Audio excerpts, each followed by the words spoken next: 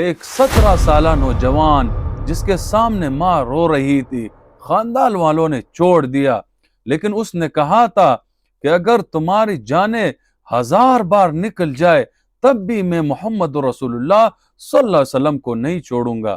اس نوجوان کا نام تھا سعد ابن ابی وقاص رضی اللہ تعالیٰ عنہ، وہ نوجوان جس کا ایمان آسمانوں تک گونجا تھا۔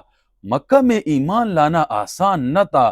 قریش ہر اس شخص کو نشانہ بناتے جو اللہ اور اس کے رسول صلی اللہ علیہ وسلم پر ایمان لاتے۔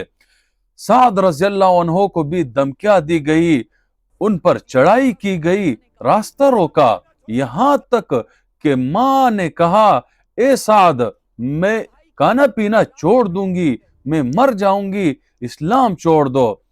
سعد رضی اللہ عنہ کا دل زخمی ہوا، آنکھیں بھیگ گئے، مگر زبان سے صرف اتنا نکلا، امی جان میں اللہ کی رضا کے لیے سب کچھ برداشت کروں گا۔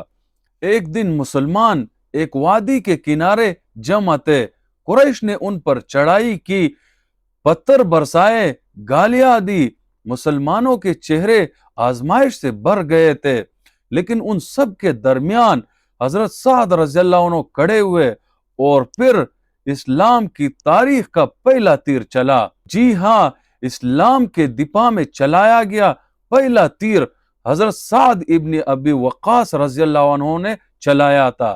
یہ تیر صرف لوہے کا نہیں تھا، یہ ایمان کا اعلان تھا، یہ پیغام تھا کہ ہم توڑے ہیں مگر ڈرنے والے نہیں ہیں۔ پھر رسول اللہ صلی اللہ علیہ وسلم نے وہ خوشخبری سنائی جس کو ہر کوئی سننا چاہتا ہے۔ فرمایا اے سعد تم جنت والوں میں سے ہو۔ کیوں؟ کیونکہ سعد رضی اللہ عنہ نے اپنا خاندان چھوڑا، اپنا گھر چھوڑا، اپنی نیند، سکون، آرام سب کچھ چھوڑا، لیکن ایمان نہیں چھوڑا، اور وہ ان 10 عشر مبشرہ صحابہ میں شامل ہو گئے جن کے لیے دنیا ہی میں جنت کا اعلان ہو چکا ہے۔ یہ ہے سعد ابن ابی وقاص رضی اللہ تعالیٰ عنہ جس نے سب کچھ کھویا، صرف ایک چیز بچی تھی، ایمان، اور اسی ایمان نے اسے دنیا والوں کے دلوں میں زندہ کر دیا۔